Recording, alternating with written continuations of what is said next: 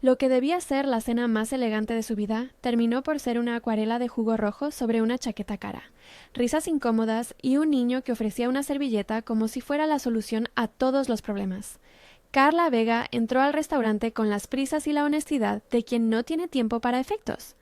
Llevaba a Max de la mano, una mochila pequeña colgando de su hombro y la sonrisa salvavidas que usaba cuando todo lo demás fallaba. Había venido en lugar de su hermana Pilar. Ella se había comprometido a una campaña de último minuto y había convencido a Carla para que fuera a esa cita a ciegas, que había organizado con una sonrisa más amplia de lo que la agenda permitía. Rubén Herrera la esperaba en la mesa, impecable en silencio. Una chaqueta que costaba más de lo que Carla pagaba al mes por su piso. Una voz que medía cada palabra y unos ojos que no eran fríos, pero sí contenidos. En el instante en que la camarera dejó el vaso de zumo de granada sobre la mesa, Max, que no conocía el protocolo de las cenas de empresa ni los silencios ceremoniales, decidió inclinarse para señalar un dibujo en su cuaderno. El vaso vació su contenido como si obedeciera a un guión, un arco perfecto, una mancha roja que se extendió por la tela de la chaqueta de Rubén. El tiempo se rompió en risas nerviosas, disculpas atropelladas y la camarera intentando salvar lo imposible. Carla, colorada, empezó a limpiar con las servilletas y 1000 explicaciones al mismo tiempo. Rubén se quedó quieto, observando, no con la hierática severidad que ella había esperado, sino con una mezcla que parecía curiosidad y alivio. Había algo en la torpeza de Carla que le hacía bajar la guardia. «No te preocupes», dijo Rubén con la voz medida, «es solo una chaqueta, y tenemos muchas más servilletas». Max, convencido de su papel de bombero improvisado, alargó el paño y le ofreció la mano a Rubén con una seriedad absoluta, como si hubiera posado por primera vez frente a un superhéroe. «¿Quieres ser mi nuevo papá?», preguntó sin la menor idea del terremoto que podía provocar esa frase. La mesa contuvo el aire. La pregunta era una inocencia que no pedía permiso para conmover. Rubén sonrió, un destello inesperado que suavizó su ampulosa reserva. Carla se santiguó por dentro. Su hijo no tenía filtros, no llevaba etiquetas sociales ni listas de pros y contras. Había dicho la verdad más simple y dolorosa al mismo tiempo. Quería a alguien que cuidara de ellos. La conversación que siguió no fue la de dos desconocidos midiendo alianzas, ni la de un empresario que prueba tácticas de conquista. Fue la de 3 personas que, por accidente, se encontraban y hacían hueco para entenderse. Carla habló de horarios imposibles, de propinas que no alcanzan, de cómo Max pintaba la nevera con imanes cada vez que su mundo cambiaba. Rubén escuchó sin interrumpir, preguntando lo justo, mostrando interés en las pequeñas cosas. El nombre del colegio, la rutina de las mañanas, el sabor favorito de helado de Max. Había en Rubén un gesto que no podía comprarse, la capacidad de mirar sin juzgar. Ella notó cómo apartó la mirada del logotipo de su reloj cuando habrían estado más cómodos hablando de cifras. Por primera vez en meses, Carla permitió que alguien supiera más que su nombre. No por vanidad, sino por necesidad. El tipo de verdad que no se explica en segundos, sino en gestos, y en las cosas que uno comparte sin darse cuenta. Cuando la cuenta llegó, la discusión por quién pagaba fue corta y risueña. Rubén insistió con educación férrea. Carla se encogió de hombros y recordó las noches en las que la bolsa de la compra pesaba más que la confianza. Al final, Rubén deslizó la tarjeta como quien cierra un trato sencillo, sin estridencias, con discreción. La tarjeta se quedó en su mano como una promesa ambigua que no implicaba condiciones. No era caridad, pensó ella. Al menos no en su sentido más gratuito. Antes de que siguiera la noche y antes de que la sonrisa de Rubén se transformara en costumbre, Pilar le había enviado 1000 mensajes con fuegos artificiales virtuales. Desde la cocina del restaurante, Carla mandó uno discreto en respuesta y pensó en lo imprevisible de aceptar favores de la vida. Fueron 10 minutos que se sintieron como una tregua. La ciudad fuera del cristal seguía su ruido habitual. Dentro de aquel local, la conversación construía pequeños puentes. Al salir, Rubén insistió en acompañarlas hasta el coche, no por exhibición, sino por el tipo de cortesía que protege sin erigir barreras. En la calle, el aire olía a lluvia distante y a asfalto caliente. Max bostezó. La cena y la emoción lo habían dejado en el filo del sueño. Rubén se agachó. Le ofreció un caramelo y le pidió que le enseñara el dibujo que había anunciado en la mesa. Fue una escena de 3 actores que improvisaban una danza incipiente. «Si te apetece», dijo Rubén a Carla con naturalidad, «tenemos una posición en la fundación para coordinar eventos comunitarios». «Lo sé, suena circular viniendo de mí, pero hacemos cosas en barrios donde los niños necesitan menos promesas y más oportunidades. Y si alguna vez necesitáis un lugar para empezar de cero, puedo hablar de un apartamento en uno de los edificios que administramos. Nada forzado, no es un ultimátum, solo una posibilidad». Carla levantó la mirada con la rapidez de quien calcula el peso de una oferta. No le gustaban las ayudas que venían envueltas en compasión. Pero Rubén no estaba ofreciendo caridad. Ofrecía un puente que respetaba su dignidad, un puesto que necesitaba manos honestas y el acceso a un techo sin estigmas. Ella no tomó la oferta de inmediato. Respondió con una mezcla de prudencia y honestidad. Aceptaría hablar sobre el trabajo, pero el apartamento era otra conversación. Su prioridad era la autonomía, no un cambio simbólico que dejara intactas las raíces. Hubo un acuerdo informal, un café a la semana para preparar la entrevista, un intercambio de números apresurado, un apretón de manos que pareció sellar algo más que un trato laboral. Rubén se despidió con un gesto que ya no era del todo calculado. Carla se marchó pensando en lo mucho que podía arruinar una chaqueta, y en lo mucho que una pregunta inocente de un niño podía rehacer la perspectiva de un hombre que no esperaba enamorarse. Antes de que siguiera el día, escribe en los comentarios: «¿Desde qué ciudad nos ves?». Los días siguientes fueron un collage. Mensajes de buenos días que no sonaban a protocolo. Una entrega de cupcakes al colegio que Rubén organizó sin anunciarse. Una reunión para planear un festival benéfico donde Carla fue elegida para coordinar actividades infantiles. No fue todo romanticismo. Hubo malentendidos, gestos torpes y la distancia que nace de los mundos distintos. Pero sobre todo hubo algo que pesaba más que la discreta fortuna de Rubén: su insistencia por conocer el fondo de las personas y la forma en que Carla, con la misma naturalidad de siempre, marcaba límites y pedía respeto. Pilar se convirtió en una especie de ventrílocua digital. Fotos en las redes, aplausos virtuales y la exposición que a veces resulta incómoda. Carla lo aceptó a regañadientes. No quería convertir la vida de Max en espectáculo, pero tampoco quería negar que las oportunidades requerían visibilidad. Rosario, la madre de Rubén, la llamó al tercer día con la hospitalidad de quien sabe que las familias no se forman por biología solamente. Decidió invitar a Carla y a Max a almorzar en su casa. Sabía cómo curar reticencias con platos caseros y conversaciones que no juzgan. La casa de Rosario era luminosa, con plantas que parecían amigas de la ventana y fotos enmarcadas que contaban la versión de una vida hecha a base de trabajo y decisiones firmes. Rosario recibió a Carla con un abrazo que no preguntó por títulos. Max se sintió en casa instantáneamente, corriendo por el pasillo como si hubiera descubierto un reino nuevo. Rubén, habitual ciudadano de salones discretos, parecía más relajado con su madre cerca. Sonreía con una facilidad que no mostraba ante extraños.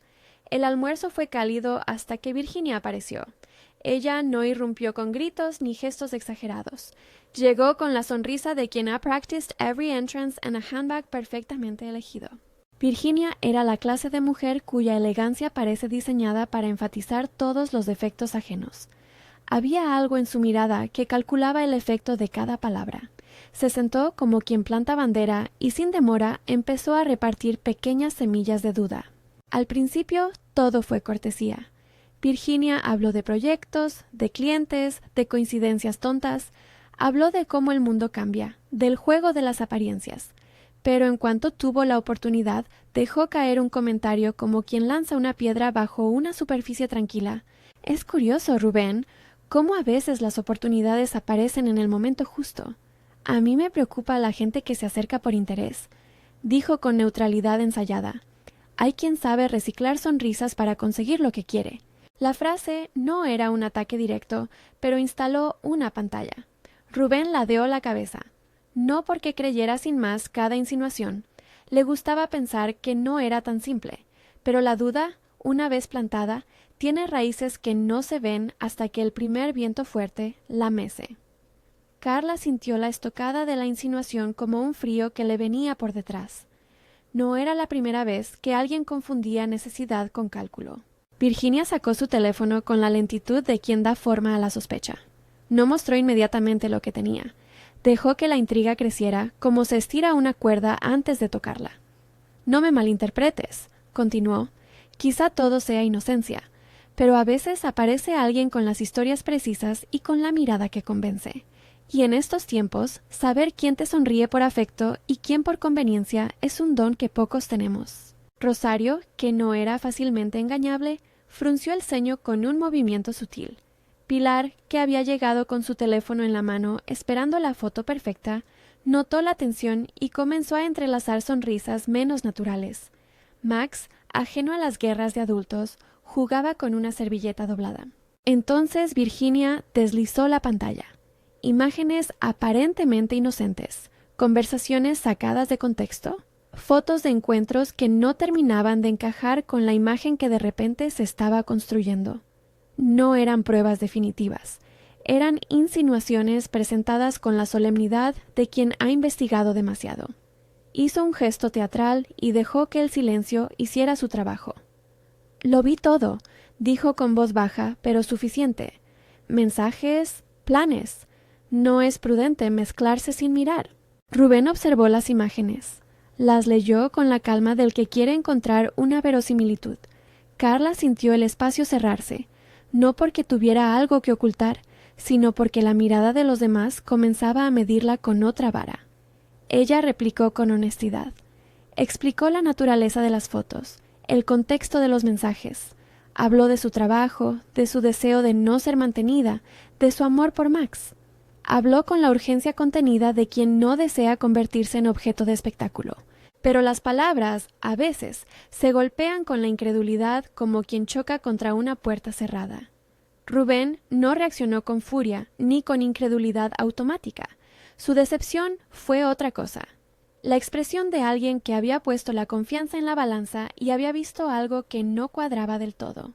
No era que creyera a Virginia sin más, pero la duda se había convertido en una sombra que tocaba su rostro. Le pidió tiempo para pensar. Fue una frase templada, respetuosa, que tenía el filo de una decisión inminente. Carla no suplicó. Se levantó, recogió a Max y su mochila y habló con voz firme. No solo estaba defendiendo su dignidad, estaba protegiendo a su hijo de una exposición que no había pedido. «No puedo quedarme aquí mientras se cuestiona mi honestidad delante de mi hijo», dijo. «No voy a permitir que Max vea cómo se juega con la verdad para alimentar intrigas. Si quieres explicaciones, te las daré donde no haya espectadores». Su salida fue medida. No llorica, no regodeo. Fue la retráctil rueda de una mujer que conoce su valía. Pilar la siguió en silencio, protegiendo la escena con su presencia. Rosario intentó mediar.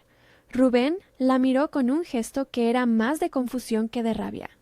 Virginia, por su parte, dejó escapar una sonrisa pequeña, satisfecha por el movimiento que había provocado. En la puerta, Rubén habló con voz baja, con palabras que jugaban a la prudencia. Le ofreció a Carla una conversación más tarde, una oportunidad de explicar sin la presión de miradas inquisidoras. Carla asintió. No quería asuntos resueltos con aplausos, pero tampoco deseaba que su hijo se quedara con la idea de que su madre era una mentirosa. Se marcharon en silencio. Max se quedó dormido en el coche de Carla, la cabeza apoyada en su hombro como si fuera la prueba de que, aun en el caos, existía una calma posible. Ella condujo sin música, con las luces de la ciudad haciendo bandas en el parabrisas. Por la ventanilla, la casa de Rosario quedó atrás como un cuadro con la esquina torcida. En la soledad del coche, el teléfono vibró en el bolsillo de Rubén. Era un mensaje de Virginia, una confirmación directa. Él miró la pantalla con el gesto de alguien que no quería creer lo que la vista le mostraba. Algo en su pecho se apretó, esa mezcla de incredulidad y pérdida que viene cuando una ficción cómoda se parte en dos. Carla, por su parte, sintió la quemadura de la humillación y la necesidad de no convertir su vida en un espectáculo para entretener. Fue una decisión tomada con la claridad del que no tiene tiempo para remedios fáciles. Esa noche durmió con Max en el sofá de su piso pequeño, con la ventana abierta y la ciudad apenas murmurando. Sabía que no era el final. Sabía que debía enfrentar aquello con la cabeza alta. pero también sabía que sobre su orgullo no se podía edificar una relación sana. Rubén regresó a su casa con la ropa impecable y con la sensación de que algo había cambiado. No era solamente la duda que se filtra como agua fría, era el hecho de haberse descubierto con emociones que no esperaba.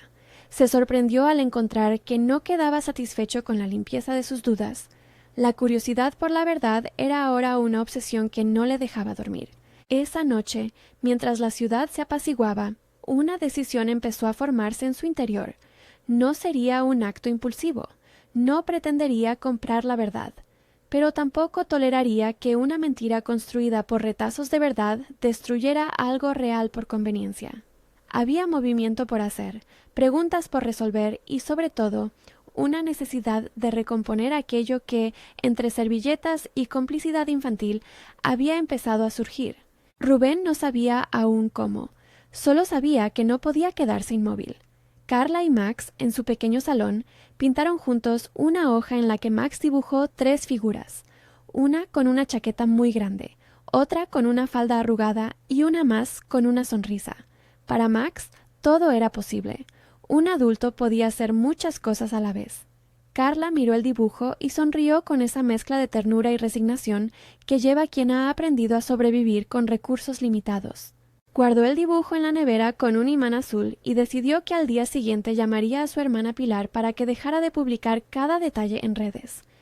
No quería que la vida de Max fuera moneda de cambio. Mientras tanto, en los despachos discretos de la ciudad, alguien empezó a mover fichas que aún no mostraban todas sus caras. Virginia preparó el tablero con paciencia. Había calculado el movimiento y esperaba ver sus frutos. No contaba, sin embargo, con que la verdad a veces aparece en los lugares menos previsibles, y que la lealtad de ciertos secretos puede cambiar de bando cuando el precio de la mentira se hace evidente. El silencio de la noche no era más que un alto antes de la tormenta. Los personajes se habían situado. Carla, firme en su identidad. Rubén, con la duda clavada y la necesidad de aclararla. Max, puro y capaz de romper cualquier argumento con una pregunta. Pilar, protector y algo imprudente con el brillo digital. Rosario, conciliadora, y Virginia, jugando a una ventaja que aún no estaba asegurada. Cada uno sabía que las próximas horas decidirían si aquel encuentro accidental sería una curiosidad amable o el inicio de algo más profundo. Carla apagó la luz y antes de dormirse miró el dibujo de Max en la nevera. Pensó en lo que había ofrecido Rubén y en lo que no aceptaría jamás: renunciar a su independencia. Sabía que si aceptaba un techo, tenía que ser con condiciones que mantuvieran su dignidad intacta, y sabía, también, que no tenía que enfrentarlo sola. En la calle, un coche pasó lentamente, con las luces intermitentes, como si alguien estuviera vigilando sin querer ser visto. Al otro lado de la ciudad, Rubén se negó a seguir la corriente de las apariencias. No sería un rescate con cheque en blanco, sería una búsqueda de la verdad. Apagó el teléfono sin conseguirlo y decidió alzar la voz dentro de su propio universo silencioso. No dejaría que una insinuación ajena dictase su respuesta. Pero esa noche cerró una puerta emocional. No podía volver a la normalidad sin antes entender si la confianza que comenzaba a nacer merecía ser alimentada. La siguiente mañana traería decisiones, llamadas y conversaciones que no podían posponerse. Se avecinaban preguntas difíciles y gestos que dirían más que las palabras. Y en el fondo, ambos sabían que las próximas acciones serían determinantes. Si las sombras se aclaraban, habría una posibilidad real. Si se ahondaban, lo que empezó como una equivocación graciosa podría convertirse en un daño difícil de reparar. El patio de la comunidad donde Carla vivía se llenó de voces infantiles. Max, con la mochila a cuestas, tiró un beso a su madre y salió corriendo hacia la entrada del colegio. Carla lo vio desaparecer con la misma sensación de siempre, el corazón partido entre la necesidad de protegerlo y la urgencia de buscar de dónde vino la corriente que había intentado arrastrar su vida. No era una madre que esperara ser salvada. Era una mujer que lucharía para que su hijo tuviera la certeza de que su madre se sostenía por sí misma, aunque aceptara ayuda que respetara su integridad. En la empresa de Rubén hubo murmullos más graves que los de una simple curiosidad.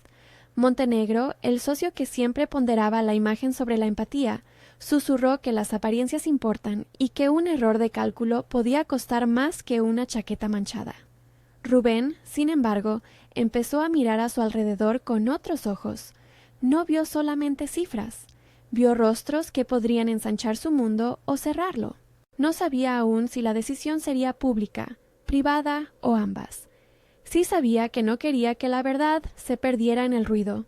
Mientras tanto, en una esquina menos visible de la ciudad, un investigador llamado Esteban atendía la llamada de quien le pagaba con una precisión que rozaba la frialdad. No era su mejor día, ni su primera vez jugando con recortes de evidencia. Tenía dudas lejanas, una especie de deber que había ido aparcando con el tiempo y con el dinero. Esteban era alguien capaz de manipular pruebas cuando la moral se tornaba flexible, y en ese instante sostenía en la mano la decisión que pronto haría temblar a más de uno. Pero esas son otras historias, y por ahora su papel era una sombra que lentamente se aproximaba al borde de la escena. El tic-tac de la ciudad continuó. Para Carla, el mundo era mantener a Max en la escuela, gestionar facturas y preparar el festival comunitario con la seriedad de quien sabe que en esos eventos se pueden sembrar oportunidades reales. Para Rubén, la jornada sería una sucesión de reuniones en las que la duda intentaría colarse como un rumor incómodo. Y en medio de todo, Virginia esperaba, confiada, mientras Pilar se frotaba las manos, sin ser completamente consciente del terremoto que podría provocar su exposición digital. La historia que empezó con un vaso volcado todavía olía a granada. La mancha en la chaqueta seguía siendo una metáfora de lo que estaba por venir, algo inesperado que mancha la apariencia y obliga a mirar el interior. Ninguno de los dos lo sabía entonces con certeza, pero el camino hacia la verdad y hacia el perdón podía ser tan torpe como un dibujo hecho por un niño o tan elegante como una chaqueta cara. Lo único seguro era que estaban en ello, y que ambos tendrían que elegir en los próximos días qué clase de personas querían ser cuando la ciudad observase. Las horas que siguieron al cruce de miradas y al portazo fueron una sucesión de gestos que no admitían prisa. Rubén volvió a su despacho como quien regresa a un laboratorio donde hay que recomponer una hipótesis antes de declarar una conclusión. Miró las imágenes otra vez. El encuadre forzado, las pausas cortadas, los mensajes que no terminaban de coincidir con el contexto. Algo en la disposición de las capturas le sonó falso, no por sentimentalismo, sino por profesionalidad. Cuando uno está acostumbrado a detectar patrones, las irregularidades resaltan como notas fuera de tono. Montenegro, fiel a su estilo, sugirió prudencia y distancia pública. La reputación, dijo con suavidad calculada, se protege con decisiones de aspecto firme. Rubén escuchó, pero sintió cómo el silencio entre las palabras se llenaba de algo que no era su propia voz. Esa noche no durmió con rabia ni con orgullo. Durmió con la necesidad de comprobar hasta la última arista antes de tomar una decisión que pudiera ser irreparable. No quería hacer de Carla un gesto conciliador ni usar la rectificación como herramienta de poder. Quería la verdad. Abrió uno de los cajones de su escritorio y allí, entre contratos y carpetas, guardó un folio con notas, fechas, referencias, nombres que hasta entonces le habían parecido anónimos. Llamó a Esteban. Al otro lado de la línea, el investigador contestó con la voz templada de quien aún recoge los pedazos de certezas compradas. Rubén no pidió pruebas de inmediato, pidió claridad. Le dijo que le importaba saber si lo que había visto era real o una trampa. Esteban dudó, la voz se le quebró, y por primera vez el profesional se dio cuenta de que su oficio se había convertido en un instrumento para herir vidas que no conocía en su profundidad. «No te conozco», le dijo Esteban a Rubén por teléfono, «pero sí sé que hay consecuencias. No fue una investigación limpia. Me pagaron con algo más que dinero. Me pagaron la indolencia de mirar para otro lado. No puedo seguir así. La confesión no tardó en llegar. Pagos por transferencias, instrucciones precisas, fotos recortadas y mensajes alterados para construir un relato. Virginia había ido mucho más lejos de lo que Rubén había imaginado. No era una rival despechada que dejaba caer comentarios. Era alguien que organizaba una narrativa para proteger una posición. Esteban entregó archivos brutos, registros de comunicaciones y las facturas que demostraban la cadena. Cuando Rubén tuvo todo aquello en su mano, no sintió alivio inmediato. Sintió vértigo. La posibilidad de haber dañado a alguien por una sombra fuera real se le anudó en el pecho como una obligación que no admitía demoras. No fue una reacción teatral, fue una decisión de actos concretos. Rubén solicitó a Esteban que no fuera al juicio público todavía, pero que guardara copia y que, si era necesario, testificara. Empezó a movilizar recursos. Pidió un análisis forense de los mensajes, rastreó cámaras que pudieran contextualizar las fotos y habló, sin teatralidad, con su abogada para preparar la manera adecuada de desmentir y reparar sin convertir todo en espectáculo. No quería que su arrepentimiento pareciera una maniobra para recuperar imagen. Quería que constara la verdad. Mientras Rubén trabajaba en silencio, el rumor seguía su curso. Virginia, confiada, empezó a mover fichas en círculos ajenos a la ética. Contactos con prensa local, insinuaciones a alguien que gestionaba redes, una mezcla de medias verdades que el ruido amplificó. Para ella, ese juego tenía lógica: afianzar su posición, desacreditar a la otra, conservar un espacio que creía suyo por derecho. No consideró que las mentiras tienen cola ni que algunos que se marchan del escenario con dinero luego se arrepienten. Carla, por su parte, no se quedó paralizada. Organizó su tiempo como siempre. La mañana en el colegio con Max, las listas de materiales para el festival, las llamadas a los voluntarios. Convocó a su equipo de confianza: Pilar, algunos vecinos, don Benito y Aurelio, y decidió que el festival sería exactamente lo que su barrio necesitaba: una fiesta comunitaria hecha con manos locales, sin grandes patrocinadores que vinieran a imponerle más. Quería que su impulso fuera el motor de algo real, no un gesto efímero para limpiar su nombre. Si iba a usar la visibilidad que estaba alcanzando, lo haría para beneficiar a quienes siempre habían sido invisibles. Pilar, siempre sensible a la estética pública, se mordió la lengua varias veces. Su impulso era mostrar todo y ganar aplausos. El de Carla, enseñar resultados. Ambas tensiones convivieron en un diálogo honesto en la cocina del piso de Carla, con la olla al fuego y Max dibujando en la mesa. «No quiero que esto se convierta en una vitrina de mi vida», dijo Carla. «Si aceptamos ayudas, que sean para comprar útiles, no para construir mi fama».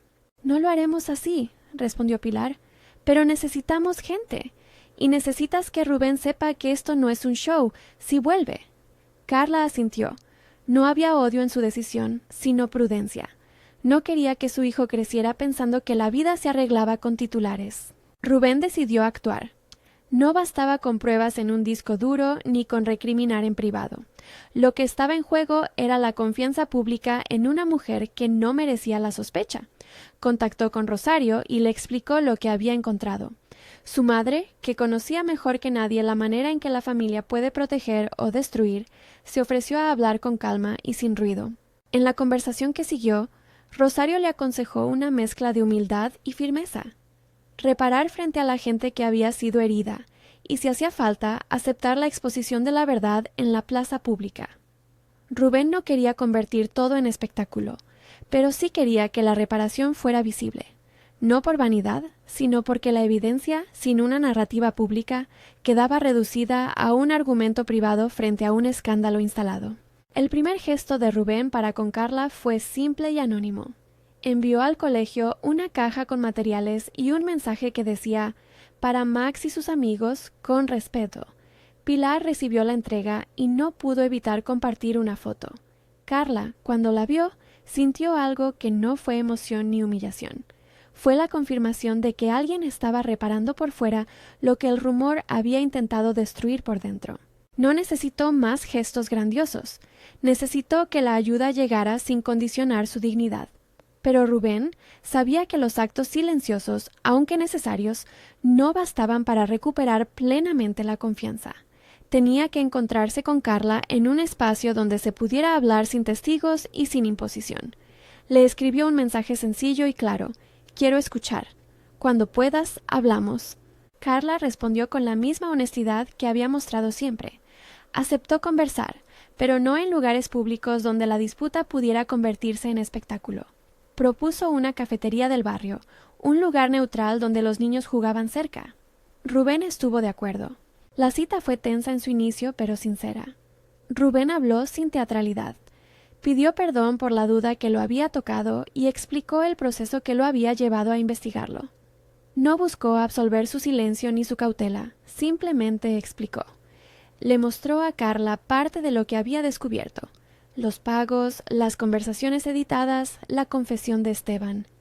Carla escuchó, con la fuerza contenida de quien ha tenido que sobrevivir a silencios acusadores. No necesitó que le dijera cuánto la lamentaba, necesitó acciones, y Rubén las estaba proponiendo. Le ofreció, con humildad, la posibilidad de colaborar en el festival con recursos, pero respetando su liderazgo. Carla puso condiciones: que fueran visibles, que no borraran su protagonismo y que su hijo no fuera usado en campañas. «No quiero que Max sea parte de una historia para que los demás se sientan mejor», dijo ella. «Si ayudas, que sea para los niños del barrio, no para mejorar tu fama». Rubén asintió. Era una condición justa y clara. Hizo una promesa que iba más allá del cariño. Se comprometió a usar sus recursos para el festival, pero aceptó que Carla tomara las decisiones. No fue un gesto de nobleza teatral. Fue la reparación de alguien que había aprendido, por fin, que el poder no sustituye a la responsabilidad. Mientras tanto, Virginia empezó a sentir el temblor en su propio tablero.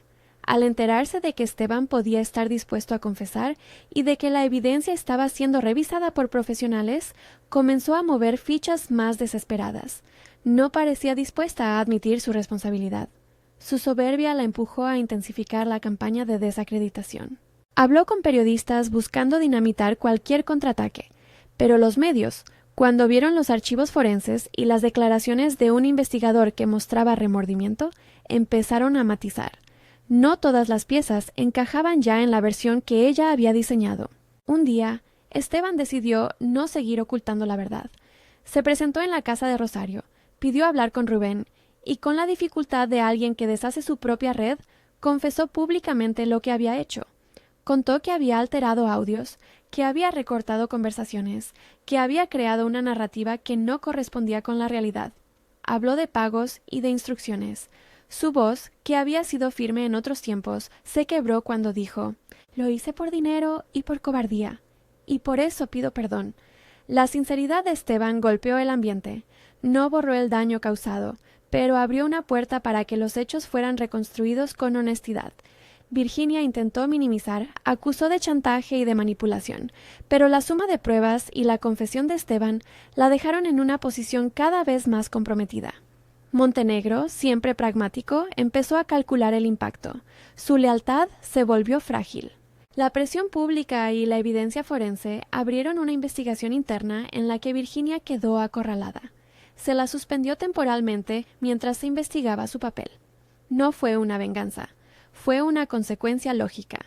Una persona que fabrica pruebas para destruir a otra, tarde o temprano, tiene que rendir cuentas.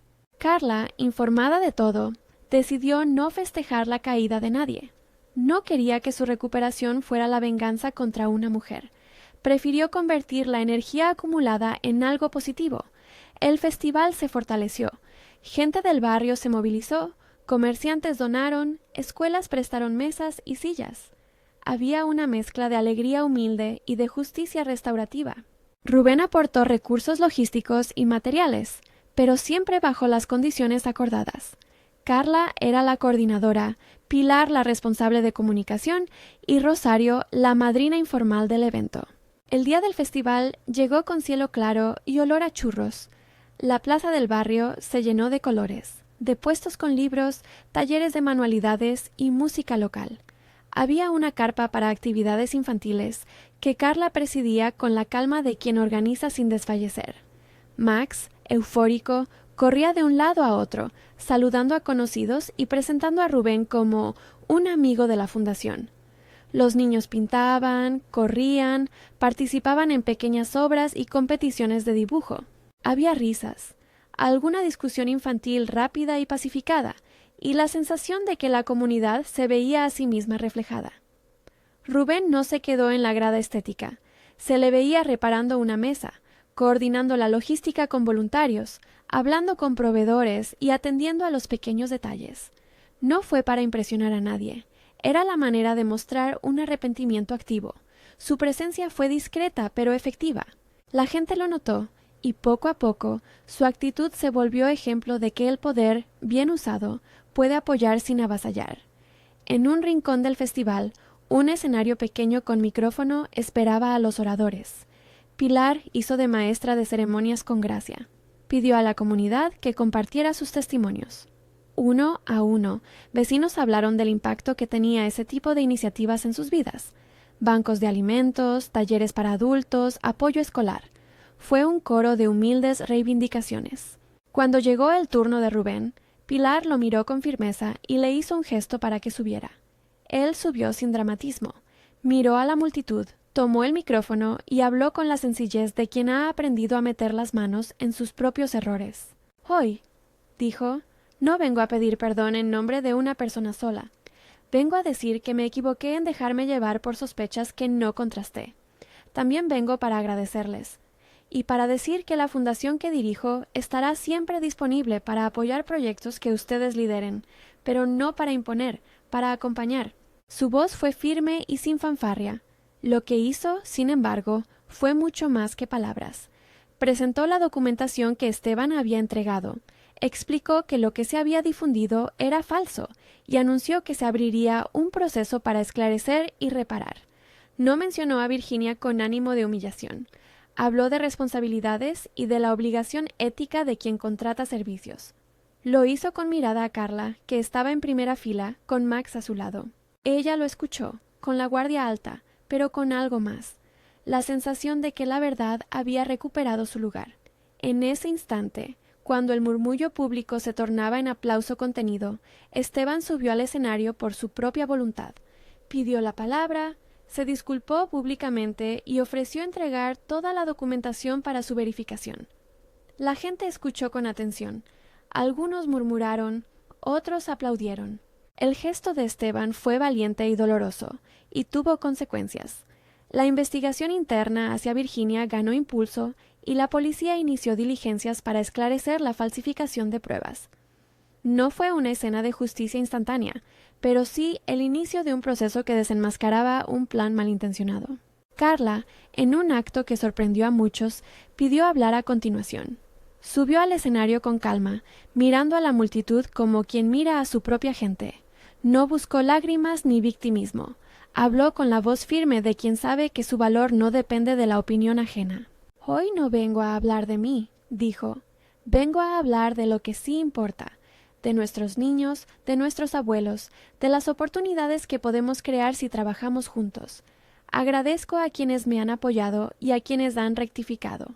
No quiero que nadie más sea utilizado como ficha en un juego que no tiene que ver con nuestra dignidad».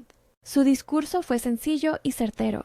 El aplauso que recibió no fue por la poesía de las palabras, sino por la dignidad que había mostrado.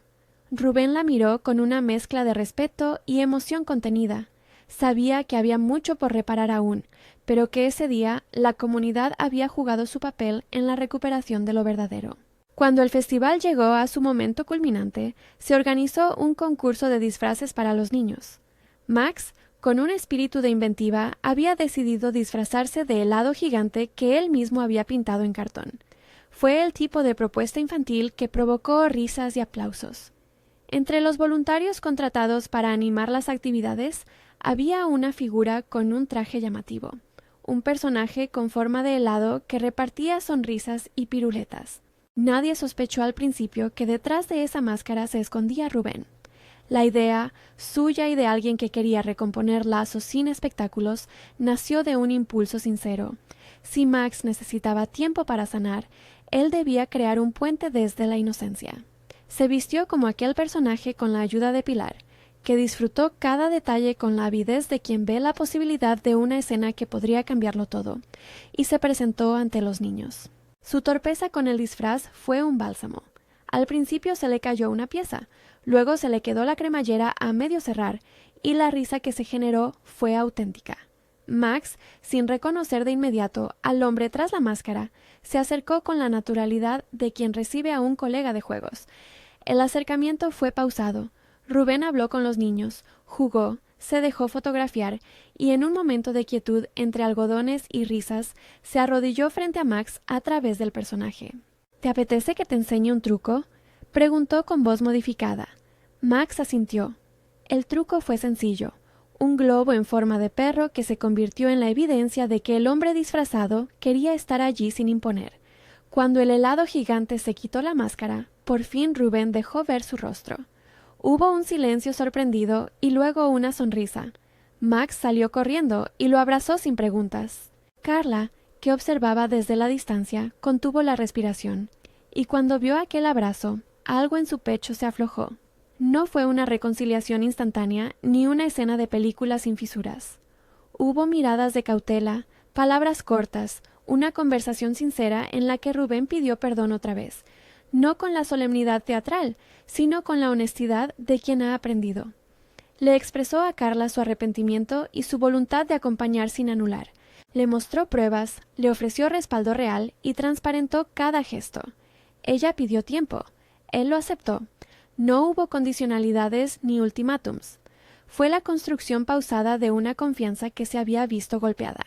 La prensa local, que había cubierto el festival con interés, registró esos gestos y los volvió parte de la narración positiva del día. Pero no todo fue resuelto en una jornada. El proceso judicial y las consecuencias para Virginia estaban en marcha, y los efectos de la difamación no desaparecían solo porque se dijera la verdad. Había pérdidas, humillaciones pasadas, y la tarea de recomponer el tejido comunitario que el rumor había debilitado. Aún así, el festival había sido un acto de contrapeso eficaz. Días después, en una rueda de prensa sencilla convocada por la Fundación, Rubén ofreció una declaración pública donde reconoció errores y anunció medidas. La organización no solo devolvería fondos, sino que trabajaría en programas de transparencia y en políticas que evitaran la manipulación informativa. Montenegro, que había presionado inicialmente por una respuesta dura, aceptó la nueva dirección con la lógica fría de quien comprende que la sostenibilidad social puede ser mejor para la imagen a largo plazo. Virginia fue citada por la investigación interna, y aunque negó algunos cargos, las pruebas acumuladas la pusieron en una situación incómoda. Esteban, por su parte, colaboró con la fiscalía y su testimonio fue clave para esclarecer la falsificación. La vida siguió su curso con pequeños gestos que eran, a la postre, la base de la reconstrucción. Rubén empezó a asistir a reuniones de la fundación con menos formalismo y más preguntas. ¿Qué necesitamos aquí? ¿Cómo lo hacemos para que los recursos duren? ¿Cómo no imponer?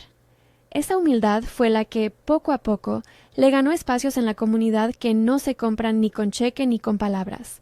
Aprendió a pedir consejo, a escuchar, a dejar que las decisiones fueran colideradas. No se trataba de lavar su reputación con dinero, sino de aprender a usar el privilegio como puente. Carla, en su papel de organizadora, encontró en la colaboración un nuevo impulso. Su relación con Pilar se fortaleció.